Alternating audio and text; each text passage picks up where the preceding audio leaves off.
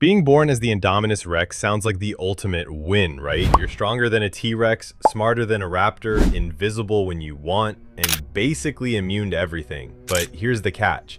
None of it came naturally. This wasn't evolution.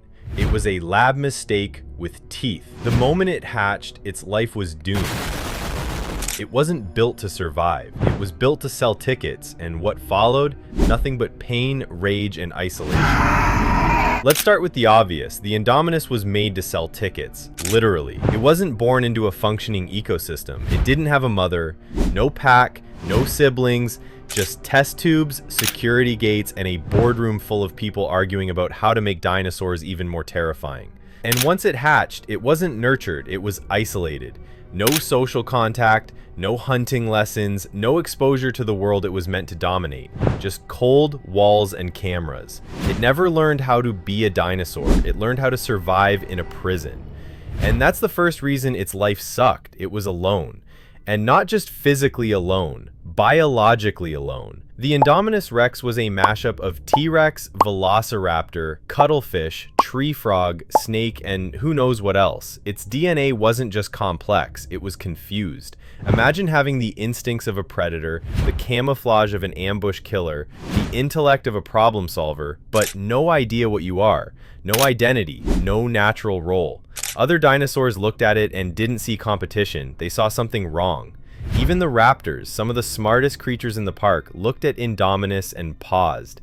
There's no species recognition, no mutual behavior, just horror.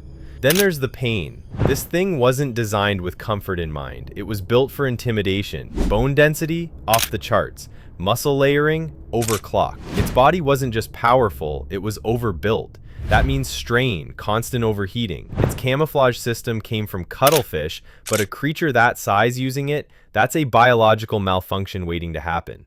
Its brain had to manage the instincts of several different species at once, possibly leading to a constant overload of sensory input. Imagine never being at peace in your own body. You can't rest, can't relax. You're always wired and always dangerous. Not because you want to be, but because you have to be. And let's talk about the one thing Indominus was never designed to handle: freedom. Once it broke out of its enclosure, chaos followed, but it wasn't freedom in the way an animal dreams about. It didn't understand the world beyond the fences. It didn't know where to go, what to do, or who to trust. It didn't even kill to eat. It killed for stimulation, for reaction. It slaughtered out of confusion, rage, boredom. That wasn't instinct. That was trauma. Because when the only thing you've ever known is control, being uncontrolled doesn't feel liberating. It feels terrifying. And then came the betrayal. The humans who made it didn't respect it. They feared it. And the second it got loose, they didn't try to study or save it. They called in the military. They sent in drones and guns and everything they had to put it down. But what did they expect? This wasn't some wild beast from the past. It was their own Frankenstein monster. The Indominus didn't ask to be born. It didn't ask to be a weapon. But once it became a problem, it wasn't treated like a creature. It was treated like a glitch in the system that needed deleting. But one of the worst things about being the Indominus Rex, it never got to be a dinosaur. Real dinosaurs had ecosystems, social structures, a place in nature. Indominus was just alone. It didn't fit into the food chain. It broke it. No pack, no parents, no prey that could challenge it. And in the wild, that's not power, that's isolation. Every time it stepped into the jungle, it wasn't entering a home, it was entering a world that didn't want it. Even its senses were a curse. It could detect thermal signatures, track movement better than any predator, and sense prey from miles away. But that also meant it was constantly overstimulated. Imagine hearing everything, seeing everything, smelling everything, at all times.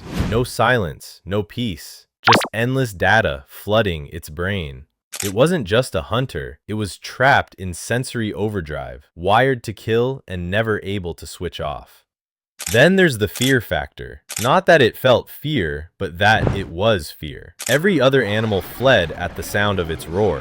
The Indominus never knew a challenge, but that meant it never grew, never adapted. It didn't learn to strategize like a raptor or dominate like a tyrannosaur. It didn't have to. And without those natural pressures, Its raw power was wasted. Brutal, yes, but directionless. An apex with nothing to prove and nothing to live for. And if things weren't bad enough, let's not forget how it died.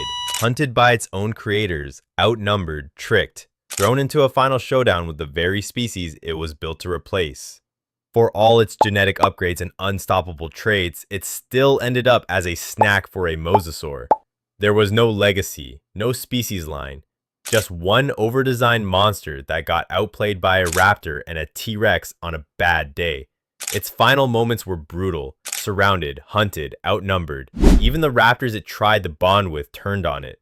Because at the end of the day, Indominus had no tribe, no backup. It was too smart to be predictable, too violent to be trusted, and too dangerous to be allowed to live. It died in a park it never chose, in a world it didn't understand, devoured by a creature that was just as deadly, only less hated.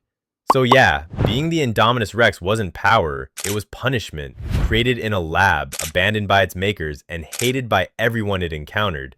It wasn't a creature, it was a walking crisis. If this video made you rethink what it means to be the apex predator, hit that like button and subscribe for more dinosaur deep dives. Because sometimes the scariest monsters aren't the ones in the wild, they're the ones humans tried to invent.